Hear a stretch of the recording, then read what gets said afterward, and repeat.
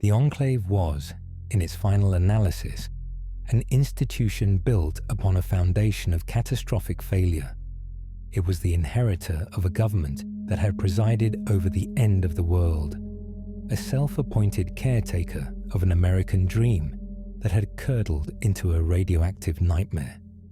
For decades following the Great War of 2077, its members clung to the belief that they were the sole proprietors of humanity's future, the pure, untainted seed from which a new United States would be grown.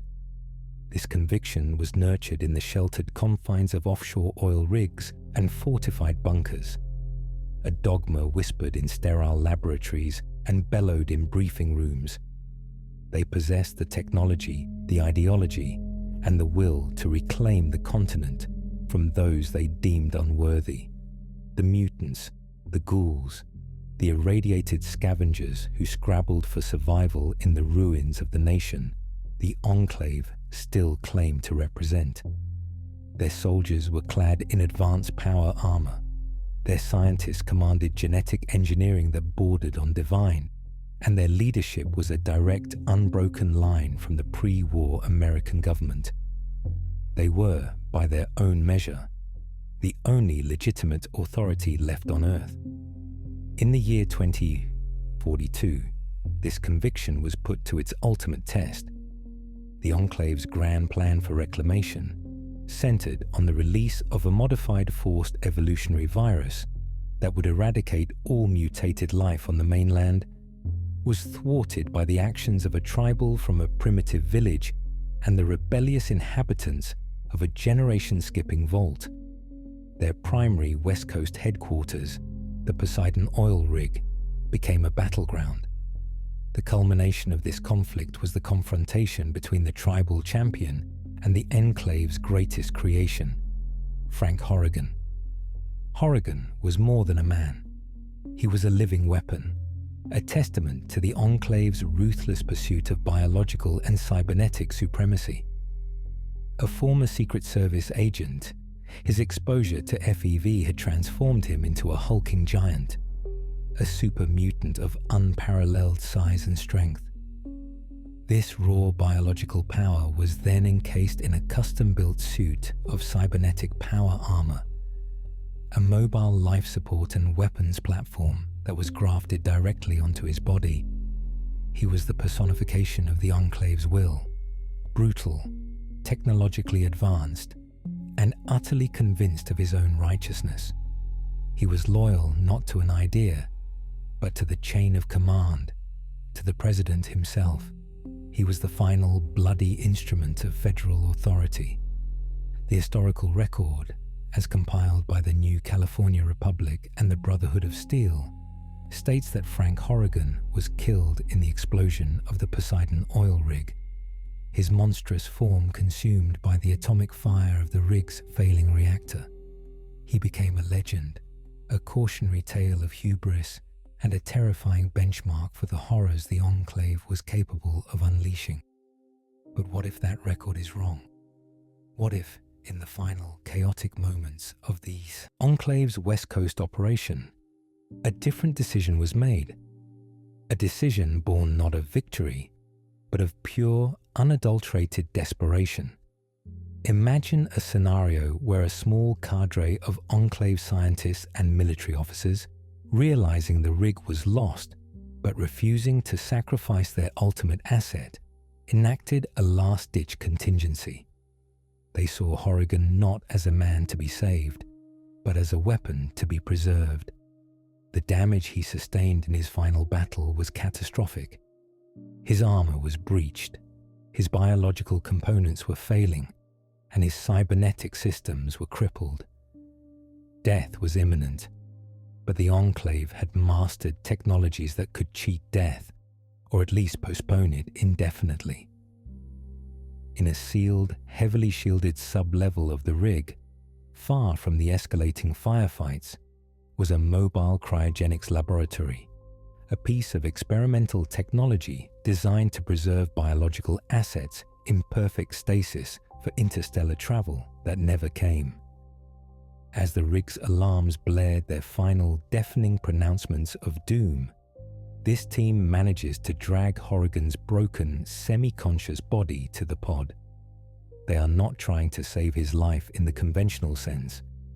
They are trying to salvage a multi-billion-dollar weapons system.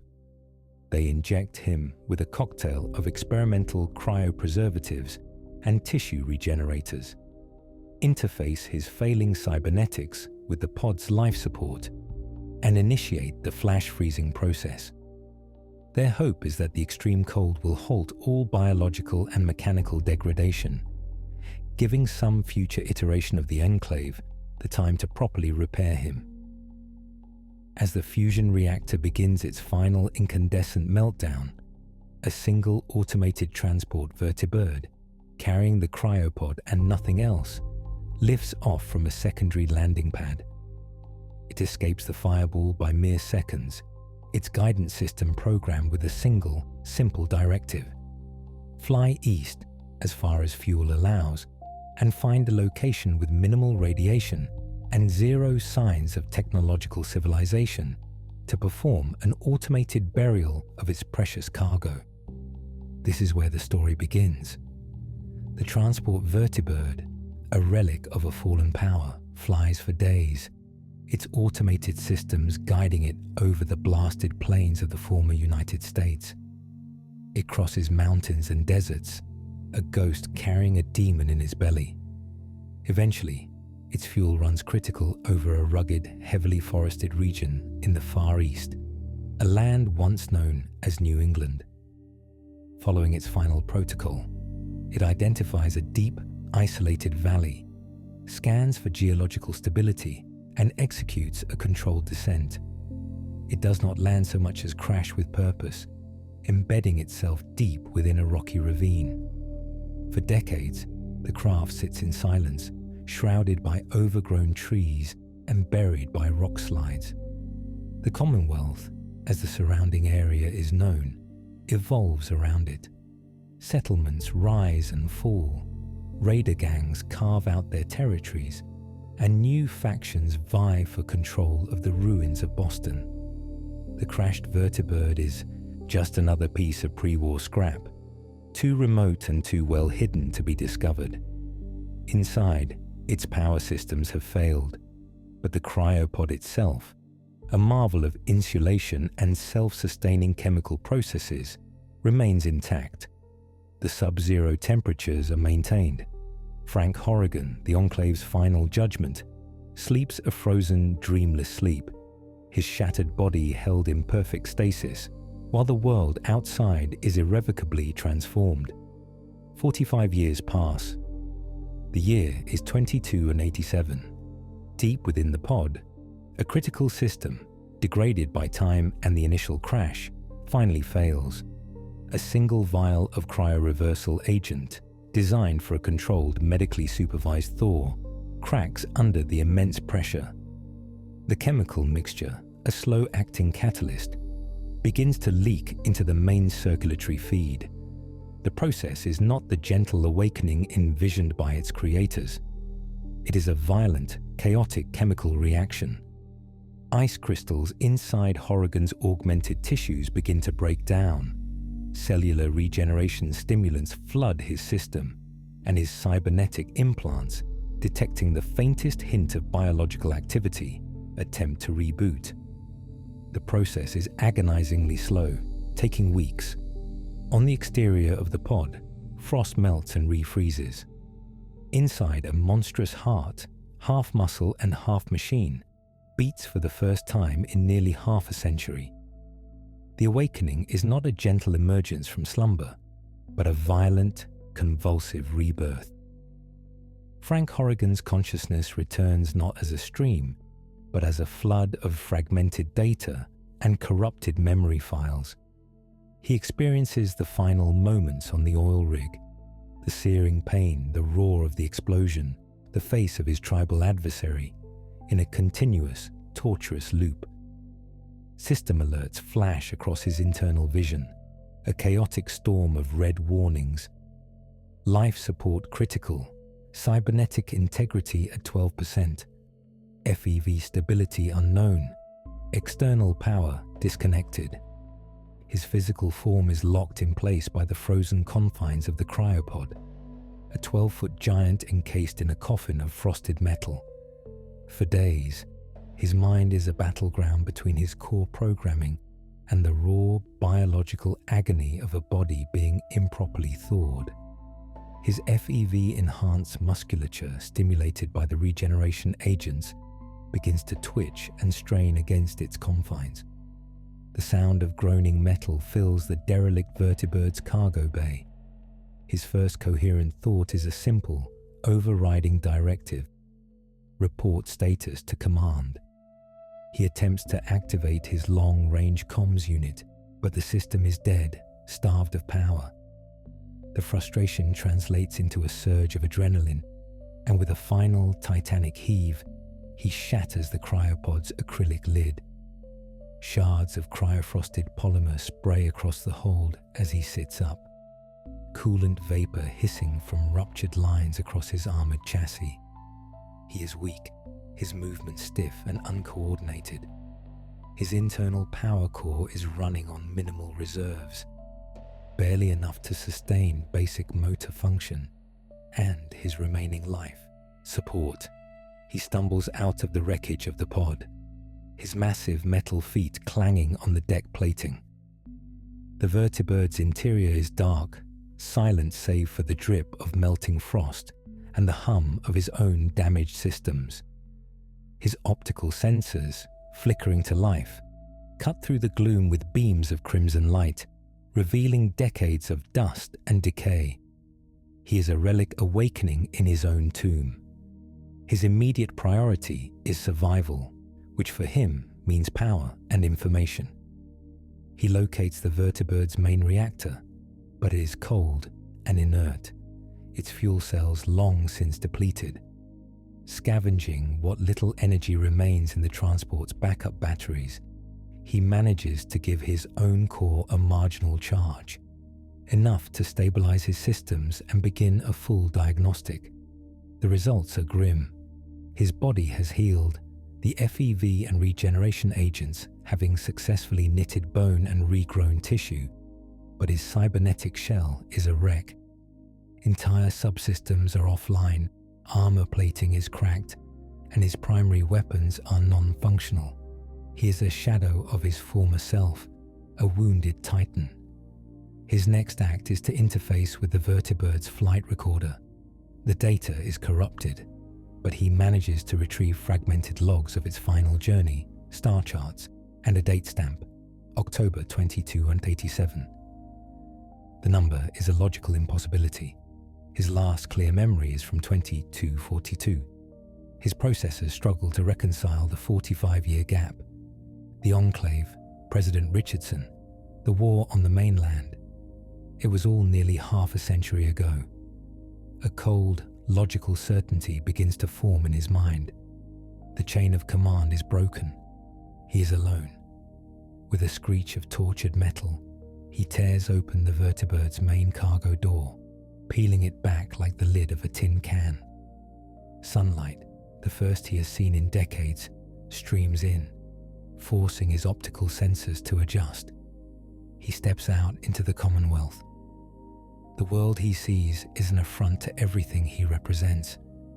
The lush, overgrown wilderness is a testament to nature's reclamation, a green cancer growing over the bones of civilization.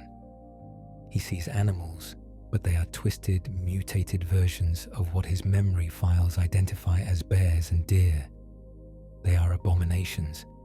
His core programming screams exterminate, but he lacks the power and weaponry to enact such a purge. For now, he must observe, gather data, and survive. His first days in the Commonwealth are a brutal education. He is a giant, a walking fortress, but he is also a machine running on a dying battery. He learns to conserve energy, to move with a deliberate ground-shaking gait, shutting down all non-essential systems. He encounters a pack of raiders, their bodies adorned with scrap metal and tribal tattoos. They see him as a prize, a walking treasure trove of technology. Their pipe guns and bladed bats are pathetic insults. Horrigan does not engage them with weapons. He does not need to. He backhands one, the force of the blow turning the man to red mist. He crushes another's skull in his gauntlet. The rest break and run, their panicked screams echoing through the trees. He feels no satisfaction, only a cold confirmation of the world's decay. These are the creatures that have inherited America. His scanners are constantly active, sweeping the radio spectrum for any sign of Enclave frequencies, any signal that could lead him to a new command structure. He finds nothing but static, garbled transmissions from scavenger settlements, and the meaningless musical broadcasts of a station calling itself Diamond City Radio. It is a world of chattering apes, and he is a ghost haunting its edges. Then, one day, his sensors pick up something new. It is a military-grade transmission, encrypted, but using a protocol he recognizes. It is a Brotherhood of Steel frequency. He follows the signal to its source, and from a high ridge, he sees it. A vertibird, its chassis painted with the sigil of the Brotherhood, soaring through the sky. The sight ignites a cold fury within him. The Brotherhood were his enemies, tech-hoarding cultists who opposed the Enclave's righteous mission. And yet here they are, flying a piece of advanced pre-war technology, a vehicle that is the rightful property of the United States government. They are thieves masquerading as soldiers. This initial observation is soon dwarfed by a far greater spectacle. A colossal airship, a veritable flying fortress, emerges from the clouds, casting a long shadow over the land below. It is a machine of war on a scale Horrigan has never witnessed, bristling with cannons and propelled by massive turbines. The Brotherhood's insignia is emblazoned on its hull. This is the Prydwen, the flagship of Elder Arthur Maxon's chapter of the Brotherhood of Steel. For Horrigan, this is the ultimate act of stolen valor. These mutants and their descendants have not only survived, they have prospered. They have taken the best of American military technology and are now parading it across the sky as their own. His mission, dormant for 45 years, reasserts itself with absolute clarity. The Brotherhood of Steel is an enemy of the United States. They are traitors and usurpers. They must be destroyed. But he is one machine, damaged and alone. A direct assault is suicide. He needs a new strategy, a new purpose. He is a weapon without a hand to wield him, a guard without a post. It is in this state of strategic limbo that his scanners, perpetually sifting through the electromagnetic noise, lock onto a signal of immense significance. It is a faint, low-power transmission, but its signature is unmistakable. It is a pre-war frequency originating from a Pip-Boy 3000 Mark IV, a model series issued to Vault-Tec residents just before the bombs fell. His systems analyze the signal's data stream, cross-referencing it with his internal archives. The user's biometric data, encoded in the signal, shows no signs of FEV contamination, no significant radiation-induced mutation. The signal originates from a recently opened vault, Vault 111. The conclusion is inescapable and paradigm-shifting. He has found a survivor. Not a scavenger born in the wasteland, not a mutant, not a ghoul. He has found a genuine, uncontaminated pre-war American citizen. In the absence of the president, in the absence of the Enclave, in the absence of any recognizable chain of command, his programming latches onto this single, incredible fact. Civilian authority supersedes military protocol in the absence of a declared state of emergency. This individual, by virtue of their purity and their temporal origin, is the highest-ranking representative of the United States of America left on the planet. His logic, warped by the FEV, his long stasis, and his unwavering adherence to a defunct hierarchy crystallizes into a new absolute directive. He is an agent of the Secret Service. His duty is to protect the president, and he has just found the only person left alive worthy of the title. The sole survivor of Vault 111, having just emerged into the shattered world of the Commonwealth, is a being adrift in a sea of horrors. Their first hours are a disorienting blend of grief for a lost world and a desperate fight for survival against monstrous insects and the raw, untamed wilderness. They make their way to their old home in Sanctuary Hills, a ghost town haunted by the memory of a perfect life, where they encounter Codsworth, their faithful pre-war robotic butler. It is from this point of relative safety that they begin to explore the immediate vicinity, drawn by the pleas of a man named Preston Garvey and a small band of settlers besieged by raiders in the town of Concord. The battle for the Museum of Freedom is a desperate, scrappy affair. The settlers are pinned down, outgunned by a larger, more aggressive force of raiders. The sole survivor, armed with a scavenged laser musket and a dwindling supply of ammunition, fights with the frantic energy of someone who has nothing left to lose. They are resourceful, but they are also vulnerable, a relic of a more civilized age thrown into a den of wolves. It is during a lull in this firefight that Frank Horrigan arrives. He does not approach with stealth.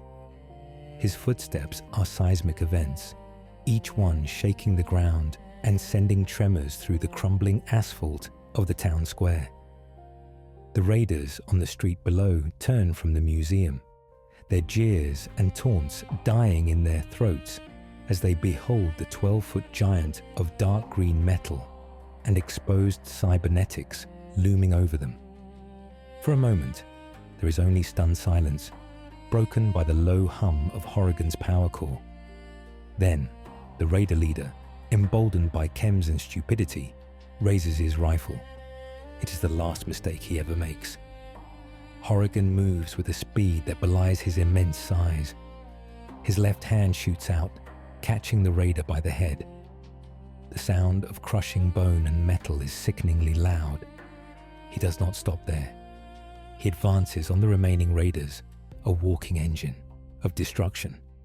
He punches through one man's chest, lifts another off the ground and breaks his spine over his knee, and swats a third into a brick wall with enough force to shatter both. The entire street-level contingent of raiders is not defeated. It is liquidated in under a minute. Inside the museum, Preston Garvey and the sole survivor can only watch in mute horror and disbelief from the second-story windows. The laser musket feels like a child's toy in the face of such overwhelming, brutal force. With the immediate exterior threat eliminated, Horrigan turns his attention to the museum. His optical sensors, glowing with an intimidating crimson light, scan the building.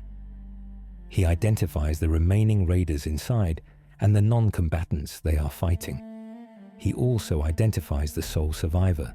Their Pip-Boy signal a brilliant, clear beacon confirming their status. His objective is clear. He does not use the door. He smashes through the wall of the museum's ground floor, sending a shower of bricks and plaster into the lobby. The raiders inside, including their leader, Gristle, are caught completely by surprise. The ensuing fight is a slaughter. Horrigan moves from room to room, his massive frame barely fitting through the doorways, exterminating every raider with mechanical efficiency. The sole survivor, coming down the stairs, witnesses the final moments as Horrigan dispatches Gristle with a single, contemptuous blow. The museum falls silent, the air thick with the smell of blood and pulverized concrete. Horrigan stands in the center of the lobby, immobile, a colossus surrounded by the carnage he has wrought. He turns his helmeted head, and his glowing red eyes fix upon the sole survivor, He takes a step towards them, the floor groaning under his weight. The settlers cringe back in terror, but the sole survivor, though deeply shaken, holds their ground. This is the first moment of contact, the establishment of a new, terrifying reality. A synthesized voice, deep and resonant, booms from Horrigan's external voxcaster, a voice accustomed to authority and absolute obedience. It is not a question, but a declaration. Subject identified. Pre-war civilian. Designation: authentic, non-mutated. You are the ranking representative of the United States government by order of succession. He takes another step, his shadow falling over the sole survivor.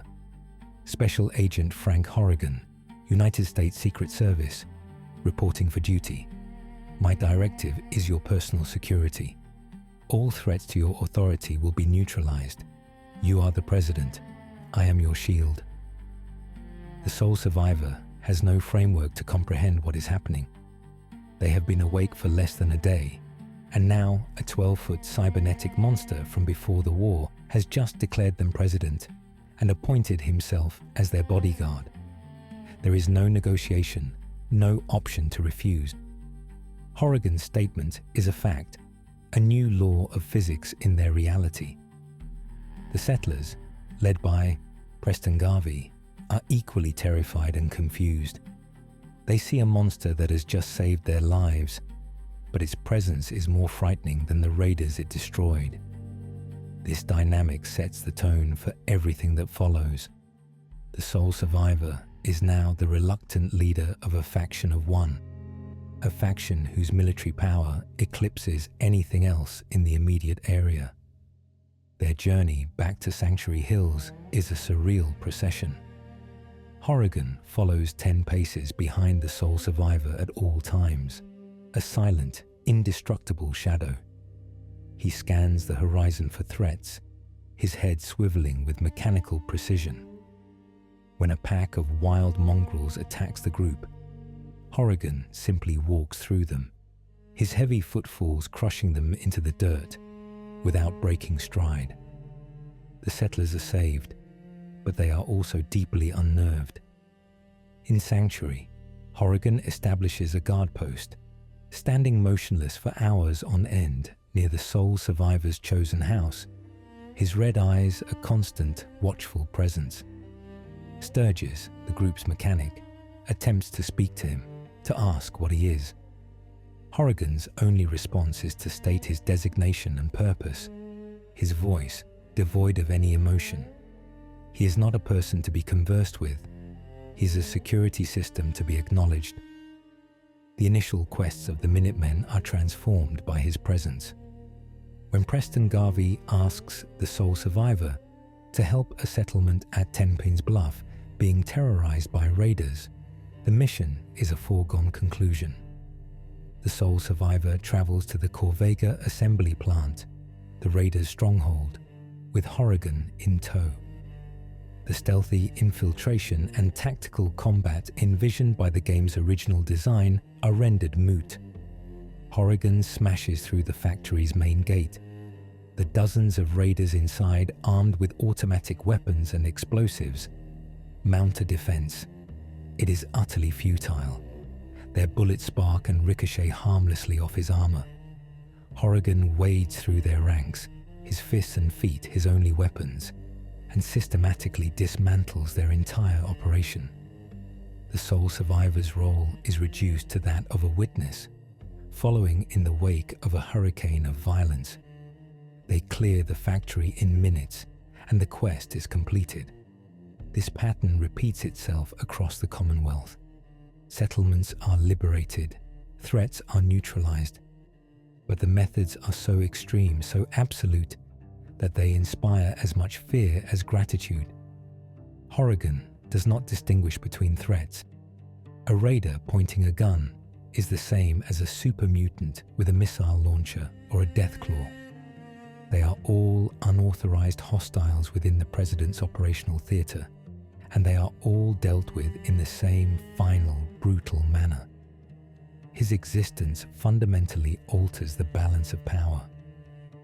The sole survivor, whether they want to or not, becomes a figure of immense authority, a leader whose power is guaranteed by an unstoppable enforcer. Preston Garvey's dream of a network of allied settlements, a reborn Minutemen, begins to take shape, but it is a twisted version of his vision. Settlements join not just out of hope and mutual defense, but out of a pragmatic fear of the sole survivor's guardian. Allegiance is sworn to the person who commands the walking apocalypse. The first real test of this new order comes with the encroaching presence of the Brotherhood of Steel. Horrigan's hatred for them is a cold, constant burn.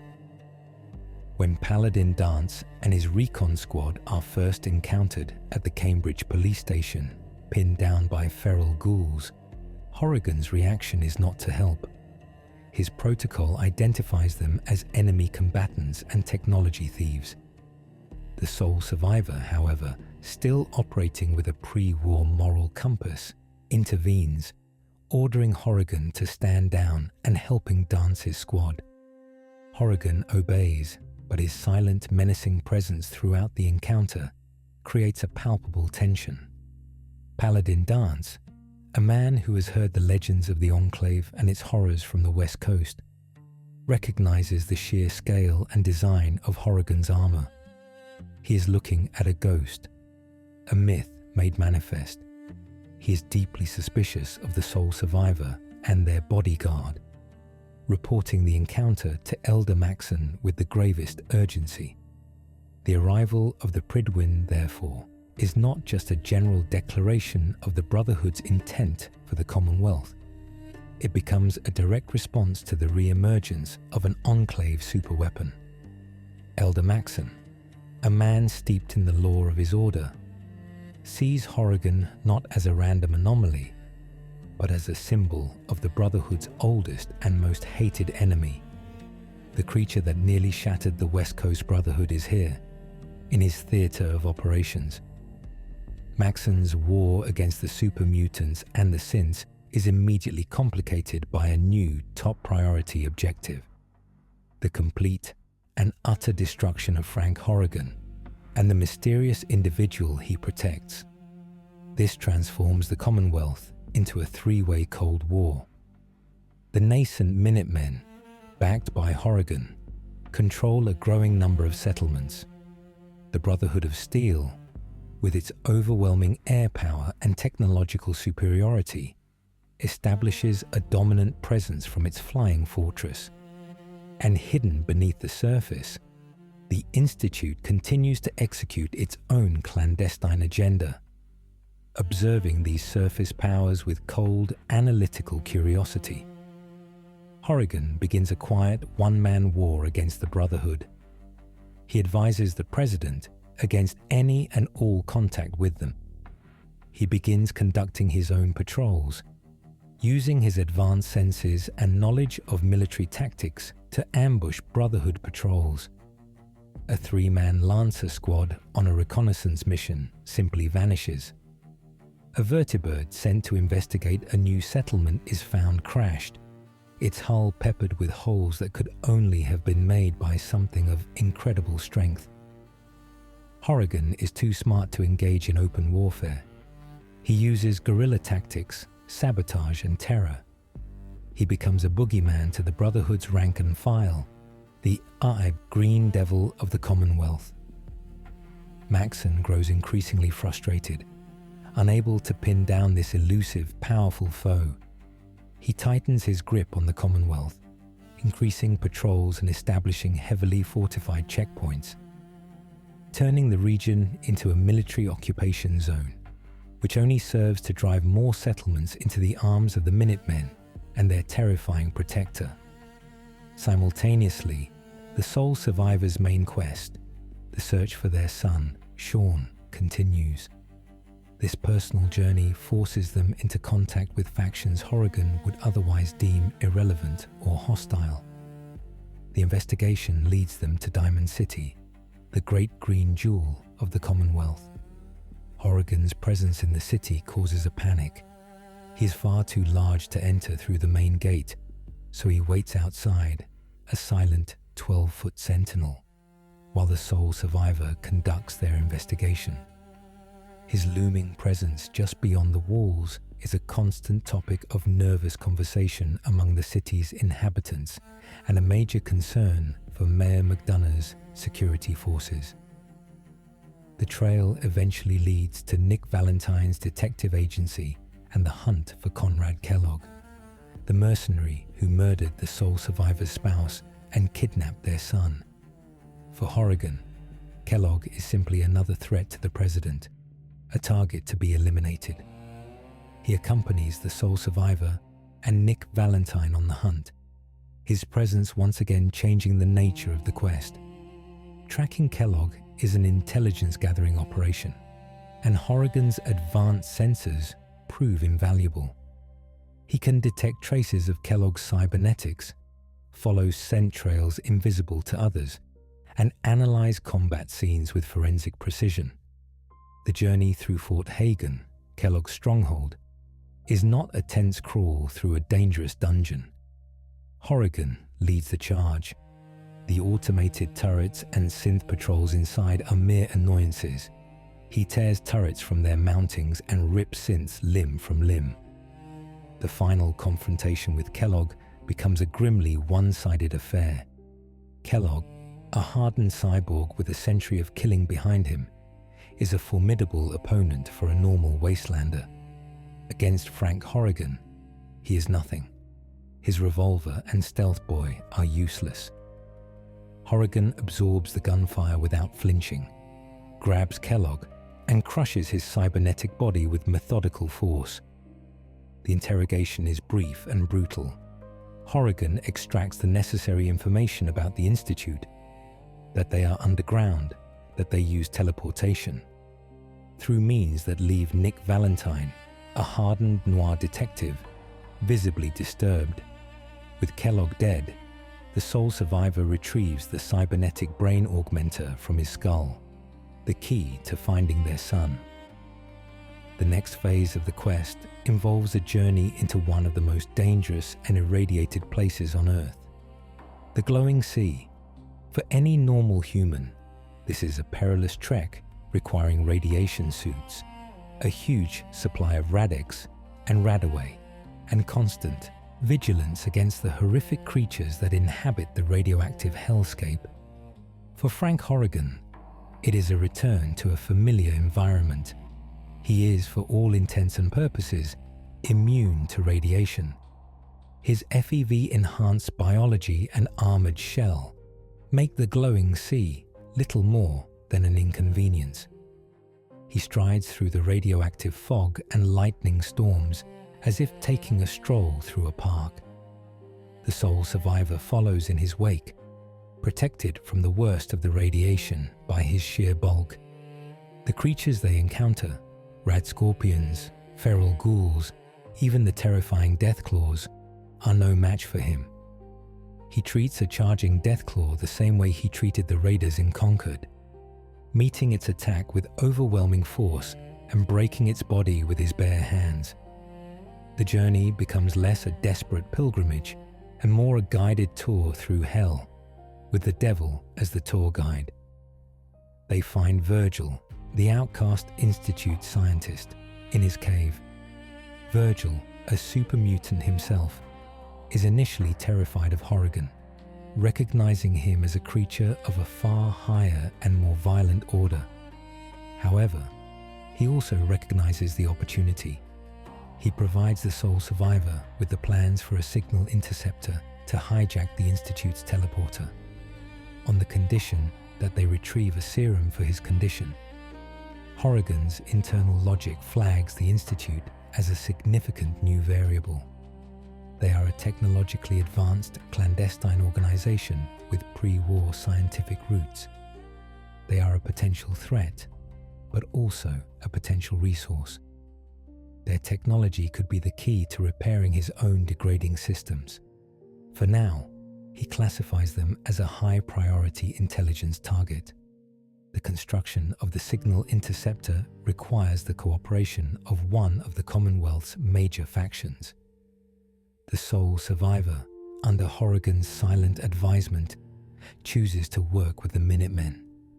The Brotherhood is an unacceptable security risk, and the Railroad, a shadowy organization dedicated to freeing synths, is deemed subversive and irrelevant to the core mission of re-establishing American authority. Sturgis, with the resources of the Minutemen settlements, manages to construct the device.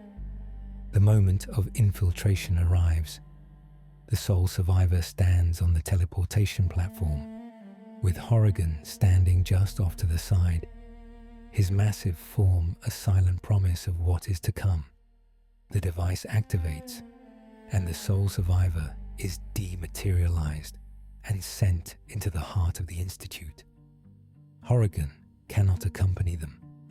His mass is too great for the teleporter to handle, a fact that frustrates his protective mandate.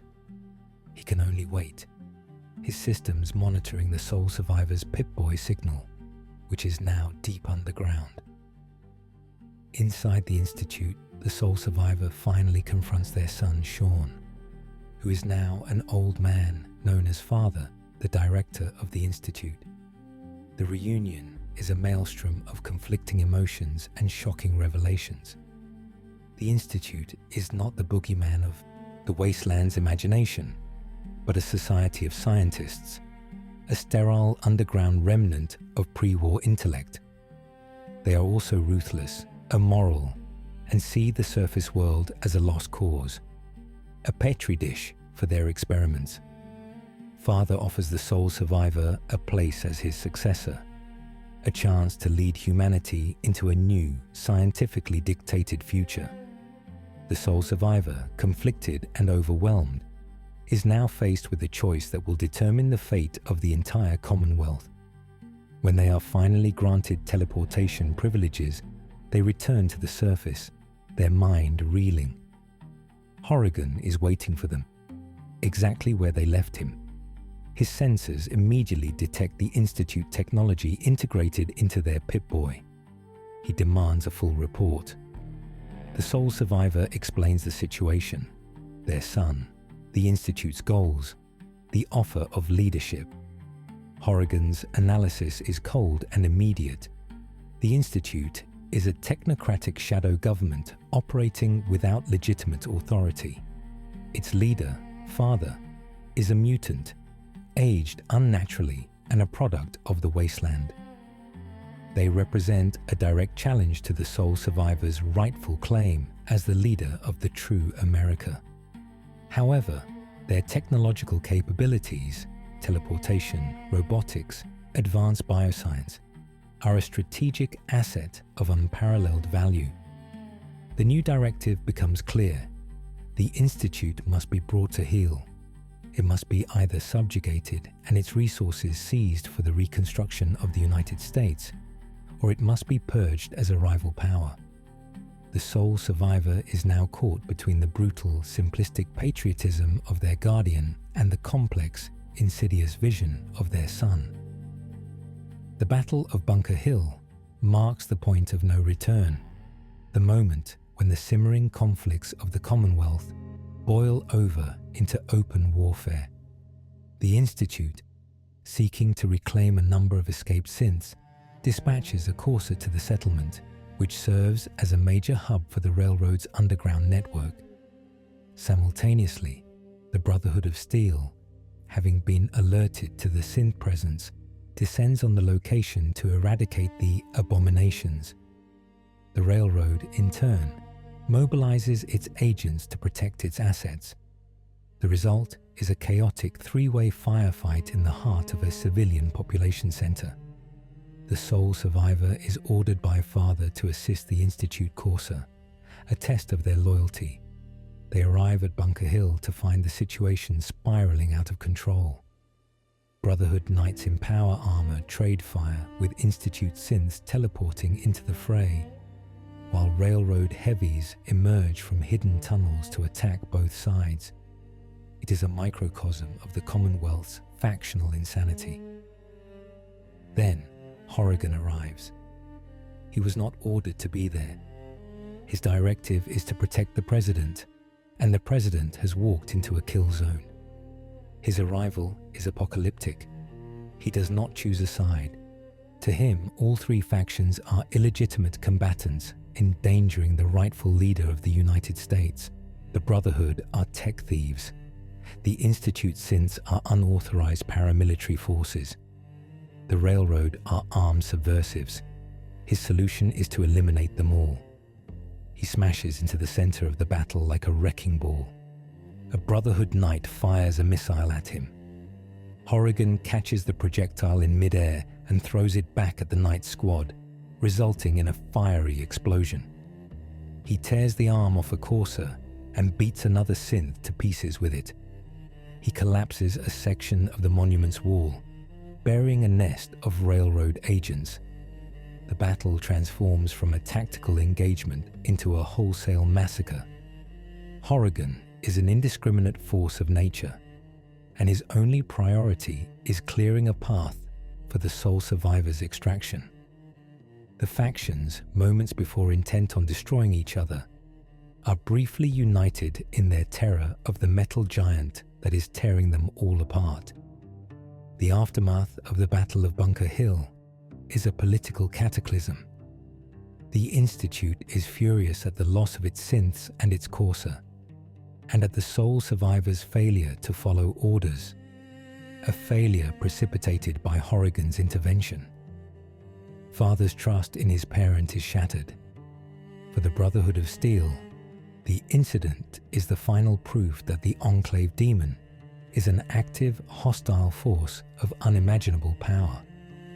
Elder Maxon, addressing his troops on the Prydwen, declares a holy war. He frames the conflict not as a territorial dispute, but as a crusade to purge the ultimate symbol of pre-war technological hubris from the Commonwealth. All Brotherhood resources are now dedicated to the destruction of Frank Horrigan.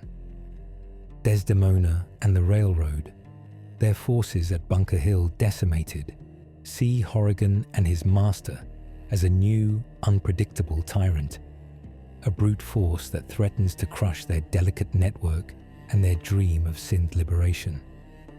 The sole survivor is left with no allies. Their relationship with the Institute is broken.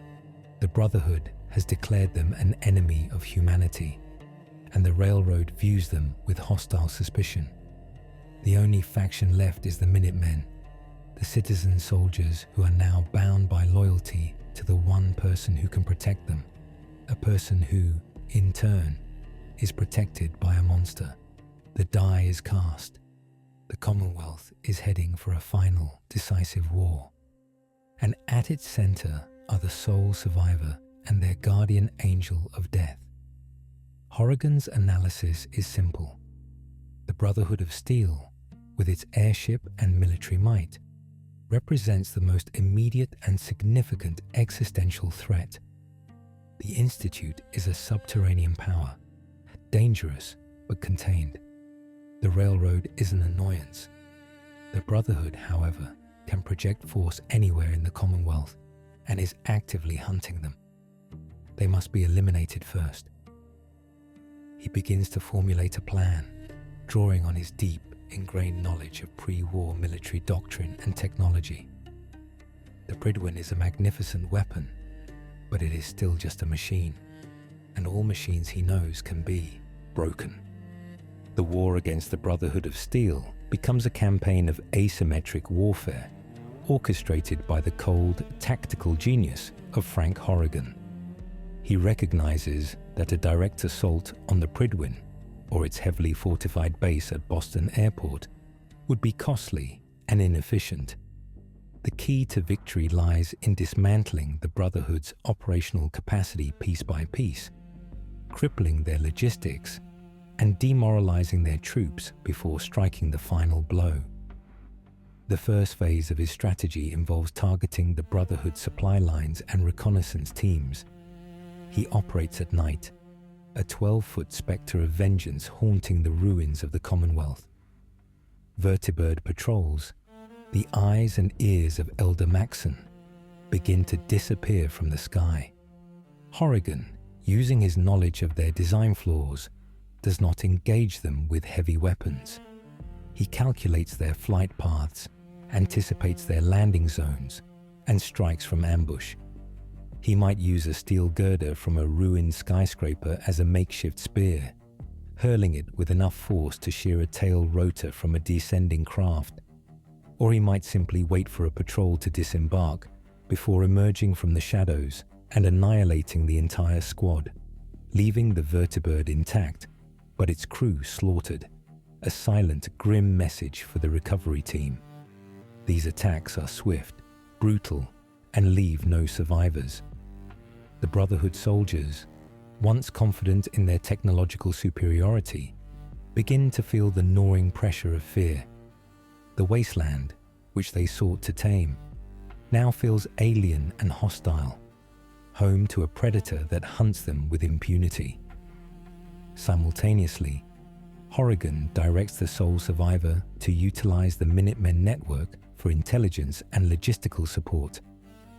Under his guidance, the Minutemen's role shifts from a defensive militia to a widespread insurgency. Settlers become spotters, reporting on Brotherhood movements. Small, well-armed Minutemen units, trained in guerrilla tactics by the sole survivor, who is, in turn, being advised by Horrigan, begin to harass Brotherhood ground patrols, lay mines on their supply routes, and sabotage their remote sensor arrays. The sole survivor, as general of the Minutemen, becomes the public face of this resistance, while Horrigan remains the unseen strategist, the iron fist within the velvet glove. This campaign forces Elder Maxon to divert more and more resources to securing his own territory, stretching his forces thin and halting his broader campaign to pacify the Commonwealth. The war becomes a quagmire. Maxon, a man of decisive action, grows increasingly enraged by his inability to bring his elusive enemy to battle. He doubles down on his rhetoric, branding the sole survivor a terrorist and the Minutemen a mutant insurgency, further alienating the local populace and inadvertently strengthening the Minutemen's cause. The second phase of Horrigan's plan is more direct, the acquisition of a trump card.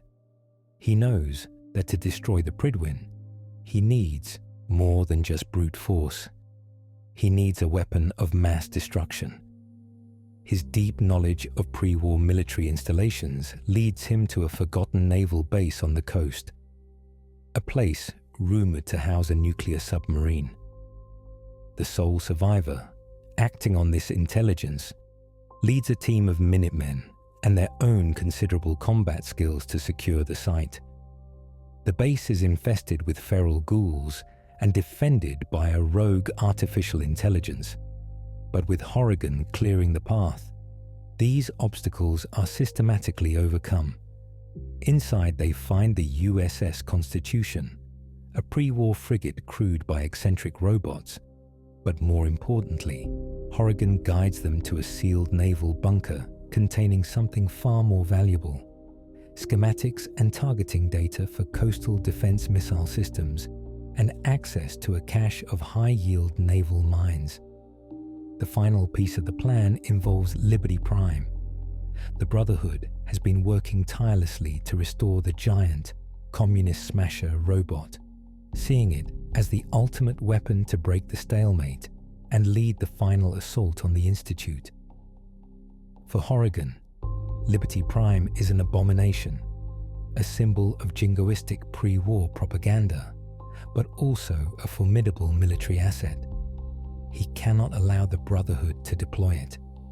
Working with the sole survivor, and ironically, a disgruntled former Brotherhood scribe, Proctor Ingram, who the sole survivor has managed to turn, they devise a plan of sabotage.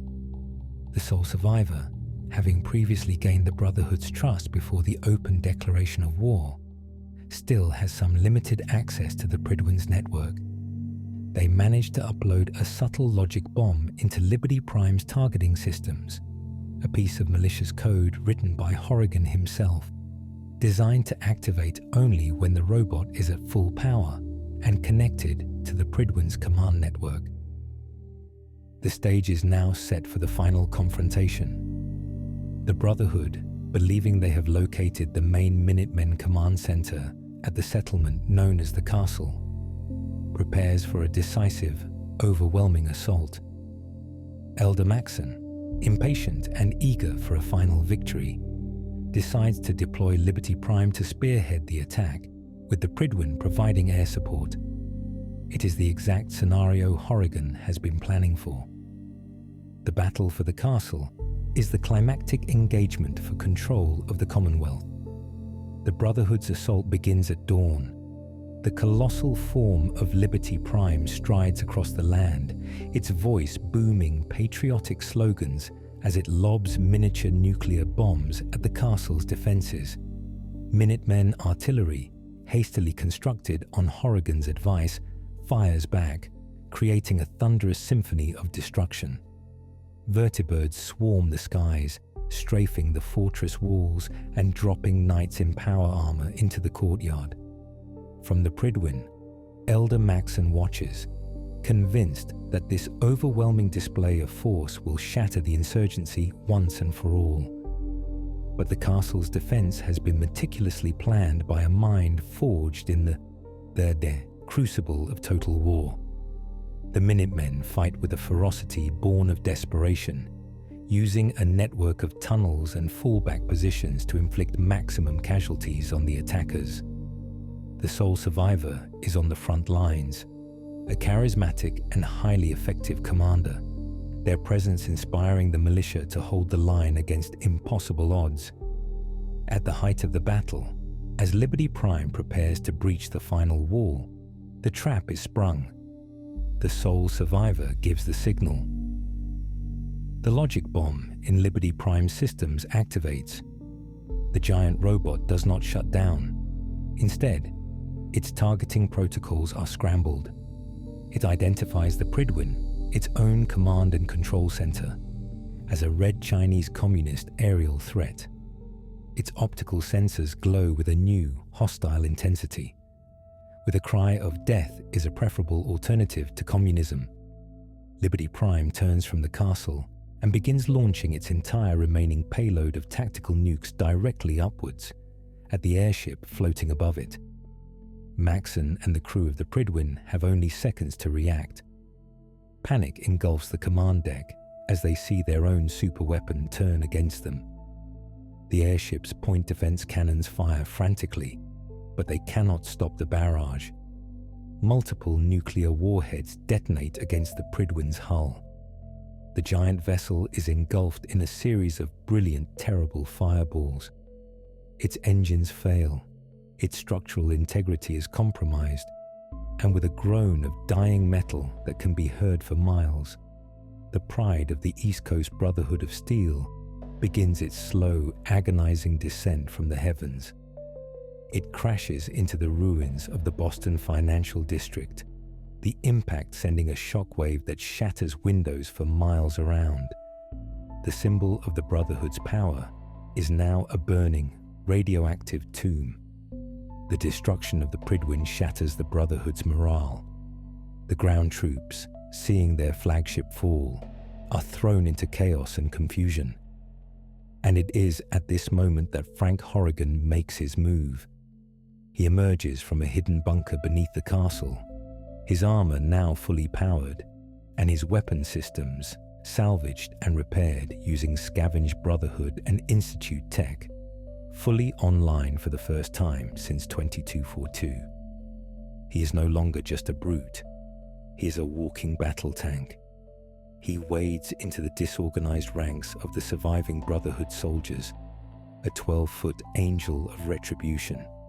His shoulder-mounted plasma cannon cuts swathes through power-armored knights, and his arm-mounted blade cleaves through everything else. The counterattack is not a battle, it is an execution. The Brotherhood forces at the castle are not just defeated, they are systematically and utterly annihilated. Elder Maxon, having survived the crash in a suit of unique power armor, emerges from the wreckage of his command deck, a man consumed by rage and disbelief. He sees Horrigan on the battlefield below and, in a final act of defiant fury, engages him in single combat. The duel is brutally short. Maxon is a skilled warrior, the best the Brotherhood has to offer, but Horrigan is a post-human weapon. He weathers Maxon's attacks, pries his power armor apart with his bare hands, and ends the life of the last of the Maxon line with a contemptuous finality. The Brotherhood of Steel in the Commonwealth is broken, its leader dead, its headquarters destroyed, and its army shattered. The war is over. With the Brotherhood of Steel eliminated as a coherent military force, a vast power vacuum is created in the Commonwealth.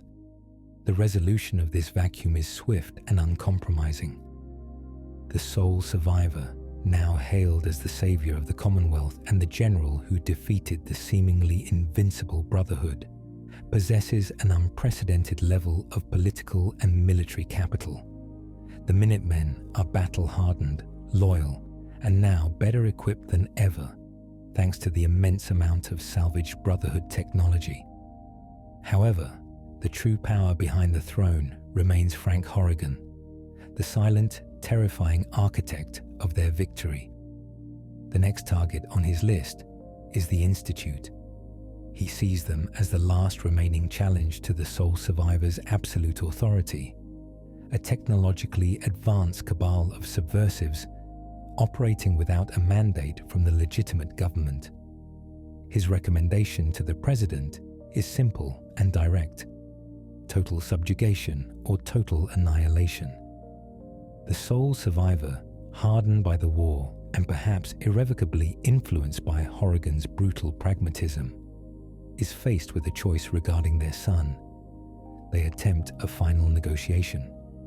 They travel to the ruins of the CIT, where the Institute's entrance is located, and issue an ultimatum to Father: surrender the Institute's resources and leadership to the new surface government, or face the consequences.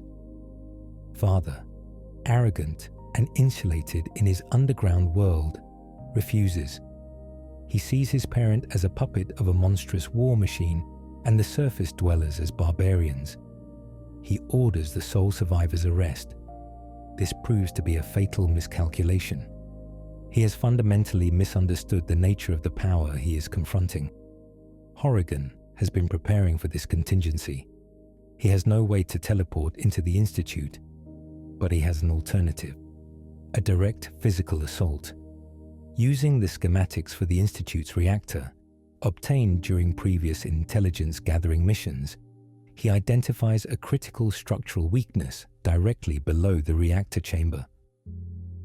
While the sole survivor confronts Father, Minutemen engineers, protected by heavy weapons teams, work frantically to place a massive concentration of high-explosive charges, including salvaged mini-nukes from Liberty Prime's arsenal, at this precise location deep within the CIT ruins.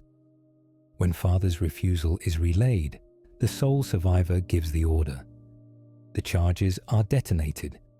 The resulting explosion is not designed to destroy the Institute outright, but to cripple it.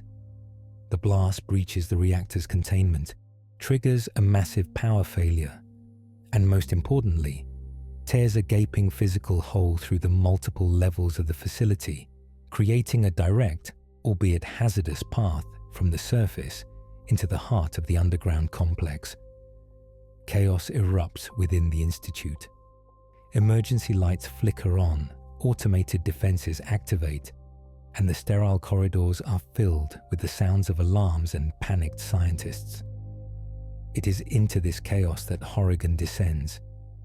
He leads a vanguard of the most heavily armed Minutemen, soldiers clad in salvaged T-60 power armor, down into the breach.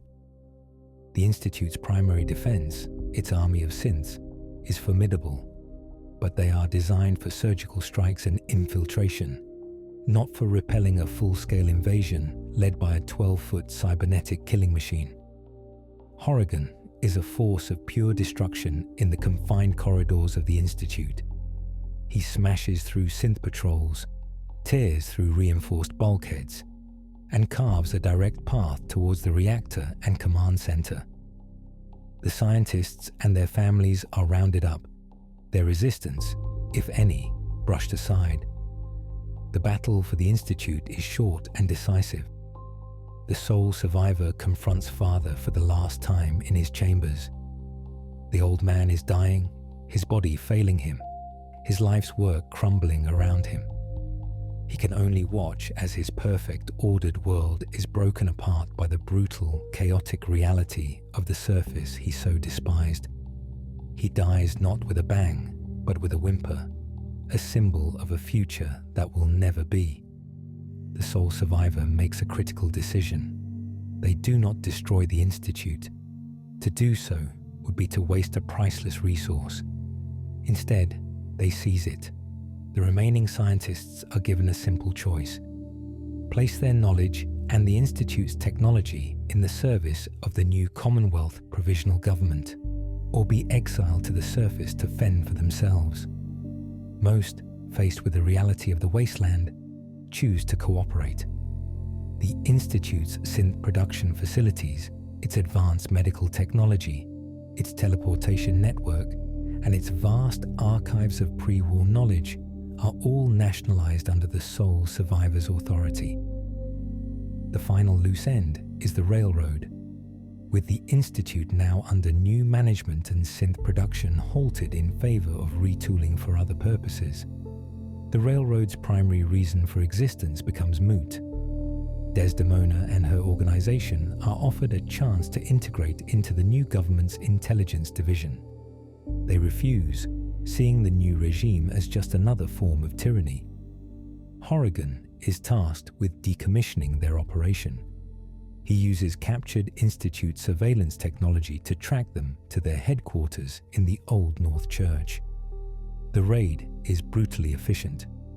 The railroad, a network of spies and saboteurs, is no match for a direct assault by a creature like Horrigan. Their organization is dismantled, its leaders captured, and its network of safe houses rolled up within a week. With all major opposition eliminated, the sole survivor, with Frank Horrigan as their eternal enforcer, is the undisputed master of the Commonwealth. A new government is formed, a fusion of the Minutemen's popular support, the Institute's advanced technology, and the ruthless efficiency personified by Horrigan. The Commonwealth is, for the first time since the Great War, united under a single powerful authority. But it is a unity forged in fear and paid for in blood. Under the new regime, the Commonwealth is transformed. The sole survivor, now bearing the official title of Lord Protector, establishes a government that blends pre-war American ideals with wasteland pragmatism. The Minutemen form the core of a new Commonwealth army, equipped with Institute-modified laser weaponry and wearing standardized combat armor. They patrol the roads, guard the settlements, and enforce the Protector's laws. For the first time, trade caravans can travel between settlements without fear of raider attacks. The great threats of the wasteland, super mutant hordes, feral ghoul infestations, raider confederations, are no longer just managed. They are systematically exterminated. Horrigan leads special purges, striding into the most dangerous corners of the Commonwealth and cleansing them with extreme prejudice. Places like Quincy, the Sorgus Ironworks, and the crater of Atom are rendered sterile, all hostile life within them wiped out. The common citizen of the Commonwealth experiences a level of peace and security their parents and grandparents could only have dreamed of. The fields are planted and harvested. New infrastructure projects, utilizing Institute technology and Minutemen labor, begin to rebuild the ruined highways and power grids. The Institute scientists, now working for the Department of Science, develop new crop strains resistant to radiation, advanced water purifiers, and medical treatments that dramatically increase the quality of life. The Commonwealth begins to look less like a post-apocalyptic wasteland and more like a fledgling nation-state on the path to recovery. But this new era of stability comes at a steep price. The government of the Lord Protector is an autocracy. There are no elections, no councils of equals. The sole survivor's word is law, and that law is enforced by the unblinking red eyes of Frank Horrigan, who now serves as the official commander of the Secret Service, a service that consists of him and only him. Dissent is not tolerated. Settlements that question the Protector's authority find their supply lines cut and their trade privileges revoked. Individuals who speak out against the regime disappear in the night. The paranoia and fear that once defined life in the wasteland have not vanished. They have simply been redirected towards a new, centralized source. Horrigan is the ultimate symbol of this new order. He is often seen standing guard at the castle, or accompanying the Lord Protector on inspections of the settlements. He never speaks unless spoken to. A 12-foot statue of dark green metal, a constant, silent reminder of the overwhelming force that underpins this newfound peace. The culture of the Commonwealth changes. The scrappy, independent spirit of the wastelander is slowly eroded, replaced by a culture of compliance and quiet obedience. People are safe, they are fed, but they are not free. The arts and individual expression wither, while propaganda, celebrating the Protector's wisdom and the strength of the Commonwealth Army, becomes commonplace. Diamond City Radio is nationalized, its music interspersed with public service announcements and patriotic hymns to the new Commonwealth. The society that emerges is orderly, efficient, and sterile. It is a society built in the image of its two leaders, the pragmatic, increasingly isolated sole survivor, and the brutally logical, inhumanly efficient Frank Horrigan. The integration of Institute technology has profound effects. Synths are no longer produced as infiltrators. Instead, Generation 1 and 2 models are repurposed as laborers and logistical automata, their limited intelligence making them ideal for rebuilding projects. The moral and philosophical questions of synth consciousness are dismissed as irrelevant by the new government. Teleportation technology is reserved for military and government use only, allowing the Commonwealth Army to deploy troops anywhere in the region almost instantaneously, solidifying the Protector's control. Medical science makes incredible leaps.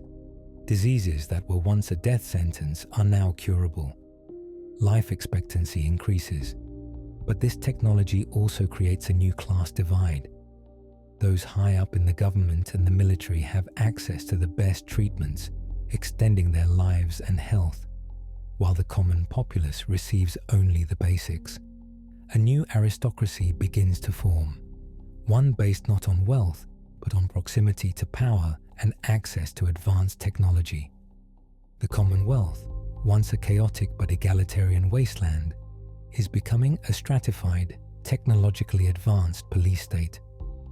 The sole survivor, who began their journey as a parent searching for their child, is now a ruler, burdened by the weight of an entire nation. Their pre-war morality a distant, fading memory. They are a prisoner of the very power they wield, isolated by their authority and constantly shadowed by the creature who made it all possible. Their reign is peaceful, prosperous, and built on a foundation of absolute terror. 10 years pass.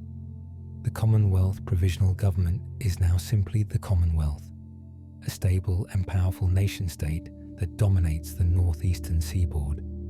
The Lord Protector is no longer a young survivor, but a middle-aged ruler, their face etched with the lines of command and compromise. The settlements have grown into fortified towns, connected by repaired roads and protected by a professional army. The border has expanded, pacifying and annexing territories that were once lawless wilderness. The Commonwealth is a beacon of order in a chaotic world, a fact that has not gone unnoticed by the other powers of the post-war United States. To the west, the new California Republic, ever expanding, begins to hear rumors of a new, technologically advanced state rising in the east, a state built on the ashes of the Institute and the Brotherhood of Steel. To the south, scattered remnants of the Enclave, operating from hidden bunkers, detect the familiar energy signatures of advanced technology and begin to wonder if a lost bastion of their own organization has finally re-emerged. The world is taking notice of the Commonwealth, and not all of that notice is friendly. Internally, the regime is stable, but cracks are beginning to show. The generation born into the new peace has no memory of the chaos that preceded it. They see only the iron-fisted rule of the Protector and the terrifying presence of their enforcer.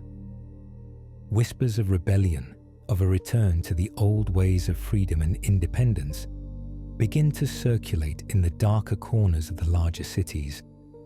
A new underground is forming, one that sees the Lord Protector not as a savior, but as a dictator. The most significant source of this internal decay, however, is Frank Horrigan himself.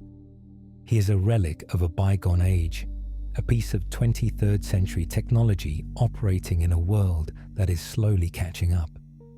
His cybernetic systems, now over 60 years old, are failing. The initial repairs made with scavenged parts were stopgaps, not permanent solutions. The Institute's scientists, brilliant as they are, struggle to understand the intricacies of his unique Enclave-designed cybernetics. They can maintain him, replace failing power conduits, and repair damaged armor, but they cannot halt the slow, inevitable decay of his core systems. His movements become slightly slower. His targeting systems sometimes glitch, and his power core occasionally suffers from unexplained fluctuations. He is a dying god, and his slow decline is a state secret of the highest importance. His need for unique components and rare materials becomes a drain on the Commonwealth's resources. Expeditions are sent into the most dangerous, unexplored ruins of the pre-war world, not for knowledge or salvage for the people, but for a single compatible circuit board or a specific alloy that can be used to patch one of Horrigan's failing systems. These expeditions are costly, both in terms of equipment and lives, and they fuel resentment among those in the military who see their best soldiers being sacrificed to maintain the Protector's aging monster. Horrigan's psychological state, if such a term can be applied to him, is also degrading. His logic remains intact, his loyalty to the Lord Protector absolute, but his worldview, already simplistic, has become even more so. He sees threats everywhere. A farmer complaining about taxes is a potential dissident. A scientist experimenting with unauthorized technology is a potential saboteur. His recommendations to the Lord Protector become increasingly extreme, advocating for stricter controls, more invasive surveillance, and harsher punishments.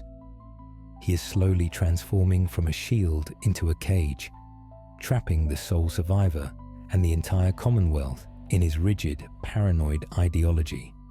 The Lord Protector is forced to constantly balance Horrigan's brutal recommendations against the need to maintain some semblance of popular support, a balancing act that becomes more difficult with each passing year.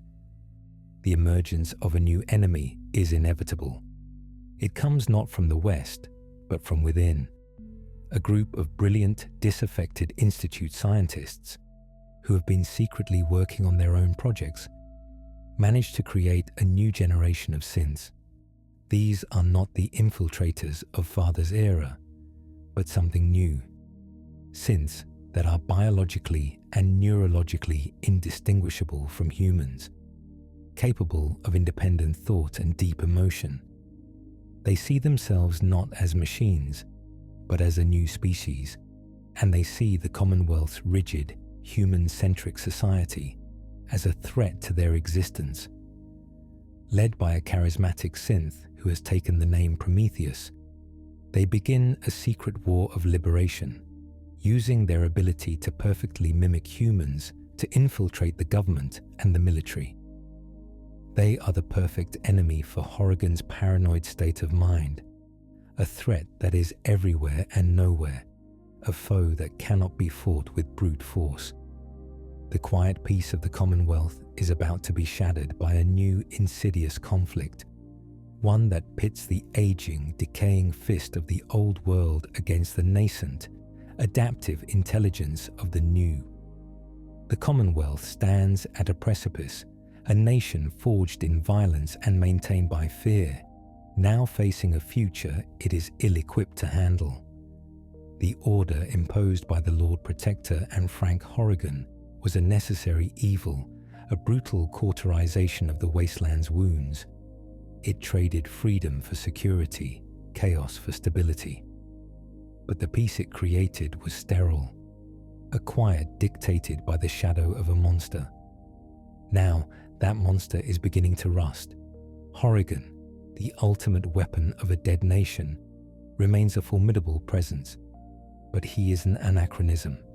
His strength is absolute, but his thinking is binary. He can crush armies and topple governments, but he cannot comprehend the subtleties of an ideological war or an enemy that hides in plain sight.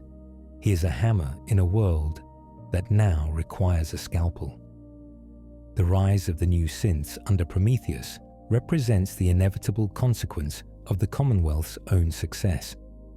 By seizing the Institute's technology but failing to address its moral implications, the Lord Protector inadvertently created the seeds of their own destruction.